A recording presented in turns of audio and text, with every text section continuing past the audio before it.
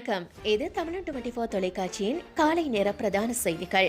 முதலில் தலைப்புச் செய்திகள். 4 மாதத்தில் பிரிக்கப்பட்ட அப்பாவை எம்முடன் இணையுங்கள்.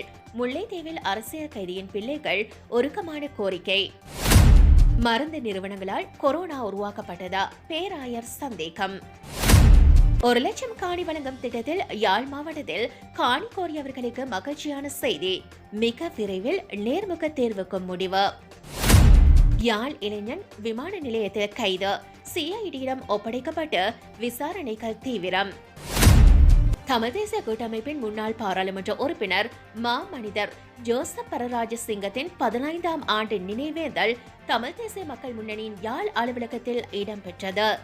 வாடிக்கையாளர்களுக்கு மெகா அதிரடி ஆஃபர். கிறிஸ்துமஸ், நியூ இயர் மற்றும் தைத்திருநாளை முன்னிட்டு நம்ம இம்போர்ட்டர்ஸ் கேஷ் அண்ட் கேரியில் Subash, Meeru, Surya, Kings, Rubicon, SM star, மலிபான், இலக்கியா அண்ட் லீலா போன்ற கம்பெனி பொருட்கள் நேரடி இறக்குமதியாளர்கள். வீட்டுக்கு தேவையான அனைத்து மளிகை பொருட்கள் மற்றும் தாயகத்திலிருந்து இறக்குமதி செய்யப்பட்ட மரக்கறி, மீன் வகைகள் ஃப்ரெஷ்ஷாகவும் வாங்க சிறந்த இடம். மேலும் 100 பிராங்குக்கு மேல் வாங்கினால் பொங்கல் பானை இலவசம். 300 பிராங்குக்கு மேல் வாங்கினால் சுபாஷ் ரைஸ் குக்கர் இலவசம். 500 பிராங்குக்கு மேல் வாங்கினால் சுபாஷ் மிக்சி இலவசம். இச்சலுகை 19/12/2020 முதல் 23/1/2021 வரை மட்டுமே. ஜனவரி 2 சூரிச்சில் இம்போர்ட்டர்ஸ் கேஷ் அண்ட் கேரி திறந்திருக்கும். இன்னும் இதுக்கு வெயிட்டிங்? உடனே செல்லுங்க.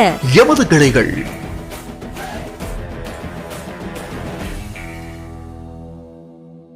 4 மாதத்தில் பிரிக்கப்பட்ட அப்பாவை எம்முடன் இணையுங்கள். முல்லைத்தீவில் அரசியல் கைதியின் பிள்ளைகள் உருக்கமான கோரிக்கை. முல்லைத்தீவு மாவட்டத்தின் உடையார்கட்டு வடக்கில் வசிக்கின்ற அரசியல் கைதியான நடேச குகநாதன் என்பவரின் மகனான குகநாதன் கலையழகன் என்பவர், நான் மகிழ்வாக எனது கல்வியை தொடர 4 வயதில் என்னை விட்டு பிரிந்து சிறையில் வாடுகின்ற எனது அப்பாவை விடுதலை செய்யுங்கள் என உருக்கமான கோரிக்கையொன்றை விடுத்துள்ளார். இதேவேளை கொரோனா தொற்றை நாட்டிலிருந்து விரட்டுவதற்கு மீட்டராய் இருங்கள் என அரசாங்கம் நாடு முழுவதிலும் அறிவுறுத்தல் ஸ்டிக்கர்கள் ஒட்டியுள்ள நிலையில் சிறையில் உள்ள தனது கணவர் உள்ளிட்ட கைதிகள் ஓரே அறையில் உள்ளதாகவும் அவர்களை விடுதலை செய்யுமாறும் அரசியல் கைதியின் மனைவியான குகநாதன் யோகராணி தெரிவித்துள்ளார். தனது கணவரின் விடுதலை குறித்து கருத்து தெரிவித்த மனைவியான குகநாதன் யோகராணி அவர்கள் தொடர்ந்தும் கருத்து தெரிவிக்கையில், எனக்கு 2 பிள்ளைகள். ஒருவர் கல்வி பொதுத்தராதார சாதாரண தரத்தில் கல்வி கற்கின்றார். மகள் தரம் 8 கல்வி கற்கின்றார். எனது கணவர் 2009ஆம் ஆண்டு ராணுவத்தினரால் கைது செய்யப்பட்டு 3 வருடம் பூசா சிறையிலிருந்து நீதிமன்றில் முன்னிலைப்படுத்தப்பட்ட நிலையில் அவர் உச்ச நீதிமன்றத்தினால் தீர்ப்பளிக்கப்பட்டு 1 வருட புனர்வாழ்வின் பின்னர் 2013ஆம் ஆண்டு விடுவிக்கப்பட்டு குடும்ப வாழ்வில் இணைந்தார். 2013ஆம் ஆண்டு புனர்வாழ்வு அளிக்கப்பட்டு தனது கணவர் விடுவிக்கப்பட்ட போதும் மீண்டும் 4 மாதங்களில் 4ஆம் மாடியில் 6 நாட்களில் விசாரணை முடித்து விடுகின்றோம் என அழைத்து சென்றவர்கள் தற்பொழுது வரையில் அவரை சிறையில் வைக்கப்பட்டுள்ளதாகவும் அரசியல் கைதியின் மனைவி சுட்டிக்காட்டியுள்ளார். இதேவேளை சிறைச்சாலைகளில் உள்ள தமிழக அரசியல் கைதிகள் பலரும் கொரோனா தொற்றுக்கு உள்ளாகி வருகின்ற நிலையில் முல்லைத்தீவு உடையார்கட்டில் உள்ள நடேச குகநாதன் என்ற அரசியல் கைதியின் மனைவி தனது கணவரையும் தொற்றிலிருந்து பாதுகாக்குமாறும் தற்போதைய கொரோனா நிலைமைகளை கருத்தில் கொண்டு பிணையிலாவது தனது கணவரை விடுதலை செய்யுமாறும் உருக்கமாக வேண்டுகோள் விடுத்துள்ளார்.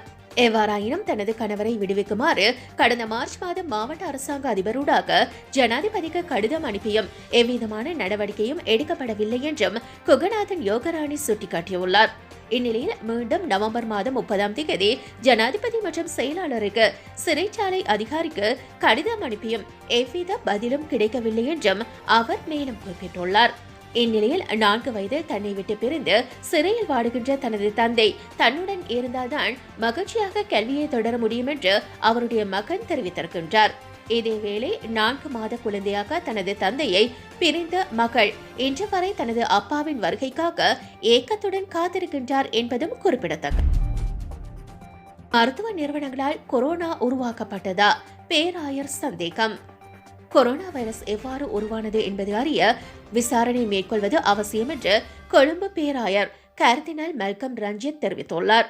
கந்தான புனித செபஸ்டியன் தேவாலயத்தில் நள்ளிரவு கிறிஸ்துமஸ் ஆராதனையின் போது பேசிய கர்தினால் தொற்று நோய் இயற்கை வழிகளில் உலகிற்கு வரவில்லை என்று தோன்றுகிறது, ஆனால் அது மனிதனின் பேராசை மூலம் வந்தது ஒன்று என்று அவர் குறிப்பிட்டுள்ளார். மருந்து தயாரிப்பவர்களின் மோசடி வழிகளை பற்றி நாங்கள் கேள்விப்பட்டிருக்கின்றோம். அவை கிருமிகளை செயற்கையாக உற்பத்தி செய்கின்றன. பின்னர் கிருமிகளால் ஏற்படும் நோய்களை குணப்படுத்த மருந்துகள் தயாரிக்கின்றன. எனவே COVID-19 எவ்வாறு வந்தது என்பதை தீர்மானிக்க விசாரணை மேற்கொள்வது அவசியம் என்று குறிப்பிட்டுள்ளார்.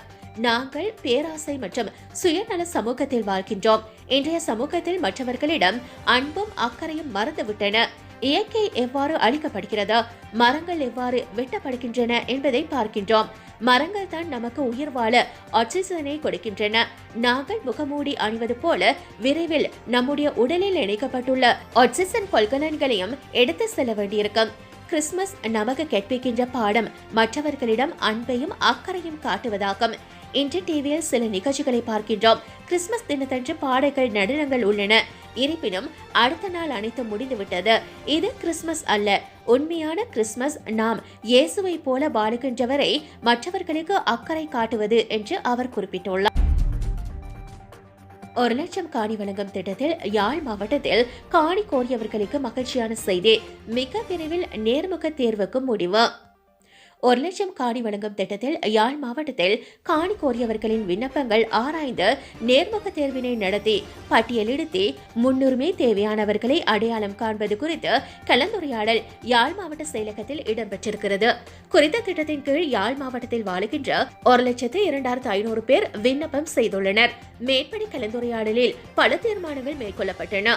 அவற்றுக்கு அமைய தற்போது விண்ணப்பித்தவர்களில் 1 ஏக்கருக்கும் குறைவாக விண்ணப்பித்தவர்களுக்கும் வதிவிட பிரதேச செயலாளர் பிரிவுக்குள் காணி கோரியவர்களுக்கே முதலில் நேர்முக தேர்வினை நடாத்தி தகுதியானவர்களை இனம் கண்டு பட்டியலிடுவதோடு அடுத்த கட்டமாக எஞ்சியவர்களுக்கான நேர்முக தேர்வினை நடத்துதல், காணி கோரி விண்ணப்பித்தவர்கள் வசிக்கின்ற பிரதேச செயலாளர் பிரிவிலேயே நேர்முக தேர்வினை நடத்துவதன் மூலமே விண்ணப்பதாரிக்கு வேறு நிலம், முயற்சி நிலைமை தொடர்பான விவரங்களை உறுதிப்படுத்த முடியும் என்பதால் வசிக்கும் பிரதேச செயலகத்திலேயே நேர்முக தேர்வினை நடத்துதல், ஒரே குடும்பத்தில் எத்தனை பேர் விண்ணப்பித்திருப்பினும் முதல் கட்டமாக ஒருவருக்கு மட்டுமே சிபார்சு செய்தல் போன்ற தீர்மானங்களை மாவட்ட செயலாளர் தலைமையில் எட்டப்பட்டுள்ளது.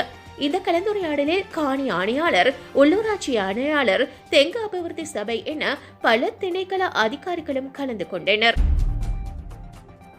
யாழ்ப்பாண இளைஞன் விமான நிலையத்தில் கைது, சிஐடியிடம் ஒப்படைக்கப்பட்டு விசாரணைகள் தீவிரம். கனடாவுக்கு செல்வதற்கான போலி கடவுச்சீட்டுடன் கொழும்பு சர்வதேச விமான நிலையத்துக்கு சென்ற யாழ்ப்பாணத்தைச் சேர்ந்த இளைஞன் ஒருவன் விமான நிலைய அதிகாரிகளால் கைது செய்யப்பட்டுள்ளான். துபாய் மூலம் கனடா செல்ல முயன்ற யாழ்ப்பாணத்தைச் சேர்ந்த 22 வயது இளைஞரே கைது செய்யப்பட்டுள்ளார். குறிப்பிடப்பட்ட இளைஞர் சமர்ப்பித்த கடவுச்சீட்டு குறித்து சந்தேகம் எழுந்ததை தொடர்ந்து விமான நிலைய அதிகாரிகள் விமான நிலையத்தில் உள்ள குடிவரவு குடியகழ்வு பிரிவின் எல்லை கண்காணிப்பு பிரிவுக்கு அந்த கடவுச்சீட்டை அனுப்பியுள்ளனர். குறிப்பிடப்பட்ட கடவுச்சீட்டை ஆராய்ந்த வேளை அந்த கனடா கடவுச்சீட்டு வேறு ஒருவருடையது என்பதும் மோசடி செய்யப்பட்டுள்ளது என்பதும் தெரிய வந்திருக்கிறது. இதனைத் தொடர்ந்து யாழ்ப்பாணத்தைச் சேர்ந்த அந்த இளைஞனை கைது செய்த குடிவரவு குடியகழ்வுத்துறை அதிகாரிகள் விசாரணைகளுக்காக சிஐடியினரிடம் ஒப்படைத்துள்ளனர். தமிழ் தேசிய கூட்டமைப்பின் முன்னாள் பாராளுமன்ற உறுப்பினர் மாமனிதர் ஜோசப் பரராஜசிங்கத்தின் 15ஆம் ஆண்டு நினைவேந்தல் தமிழ் தேசிய மக்கள் முன்னணியின் யாழ் அலுவலகத்தில் நடைபெற்றது. கட்சியின் பொதுச் செயலாளரும் பாராளுமன்ற உறுப்பினருமான செல்வராசா கஜேந்திரன் தலைமையில் நடைபெற்ற இந்த நிகழ்வில் கட்சியின் தலைவரும் பாராளுமன்ற உறுப்பினருமான கஜேந்திரகுமார் பொன்னம்பலம் மலர் மாலை அணிவித்தார். அதனைத் தொடர்ந்து கட்சி, உள்ளூராட்சி மன்ற உறுப்பினர்கள், ஆதரவாளர்கள், பொதுமக்கள் என நிகழ்வில் கலந்து கொண்டிருந்தவர்கள் மலரஞ்சலி செலுத்தினர். யாழ்ப்பாணம் தென்மராட்சி மீசாலை தாட்டான்குளம் வீதியில் வைத்து குடும்பஸ்தர் ஒருவர் குத்திக் கொல்லப்பட்டுள்ளார். இந்த சம்பவம் நேற்று நண்பகல் 12:30 மணியளவில் இடம்பெற்றுள்ளதாக கொடிகாமம் போலீசார் தெரிவித்துள்ளனர். கொடிகாமம் ராமாவில் பகுதியைச் சேர்ந்த சுமார் 50 வயதுடைய ஐயாதுரை மோகனதாஸ் என்ற 2 பிள்ளைகளின் தந்தையே இனம் தெரியாத நபர்களால் குத்திக் கொல்லப்பட்டுள்ளார். கூலி தொழிலாளியான குறித்த குடும்பஸ்தர் துவிச்சக்கர வண்டியில் வீதியில் பயணித்துக் கொண்டிருந்த போது கொல்லப்பட்டுள்ளதாக போலீசார் தெரிவித்துள்ளனர். உயிரிழந்தவரின் சடலம் சாவகச்சேரி ஆதார வைத்தியசாலையின் பிரேத அறையில் வைக்கப்பட்டுள்ள அதேவேளை சம்பவம் தொடர்பான மேலதிக விசாரணைகளை கொடிகாமம் போலீசார் மேற்கொண்டு வருகின்றனர்.